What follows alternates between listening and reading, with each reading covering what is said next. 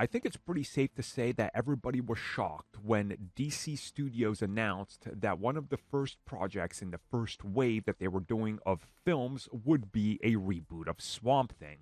Well, and now the former showrunner of the recent live action series addresses the upcoming reboot that's being handled by James Mangold.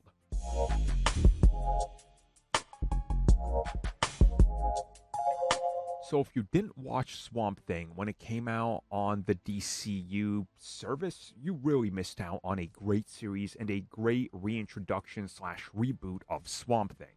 My hope is that James Mangold can recapture that same feeling and atmosphere and deliver something that truly looks like it is a actual piece of horror content. Well, the showrunner of that series, Mark Verheiden, recently talked to Multiverse of Color about his series, the development, and what he hopes for the future.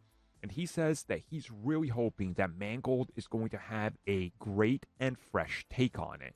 And he hopes that this can do what they tried to do, and it was the intended direction, and that's bring in a lot more darker characters and a darker edge to the DC universe. Now, in case you guys forgot, Swamp Thing was originally supposed to introduce other characters, and at the end they teased one of them, but also it was supposed to expand into the whole Justice League Dark.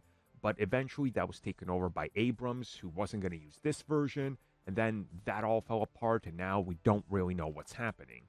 And even the showrunner here talks about how the former regime didn't understand what they were doing, how they weren't incorporating the TV stuff, or how they were bouncing back and forth and didn't really understand it, and how they just didn't understand what the darker side of DC had to offer. And he's just saying, please understand and do that and do it well, and all should be well with Swamp Thing, which I think is a fair assessment. If you can capture the horror side of Swamp Thing, you're going to do a good job.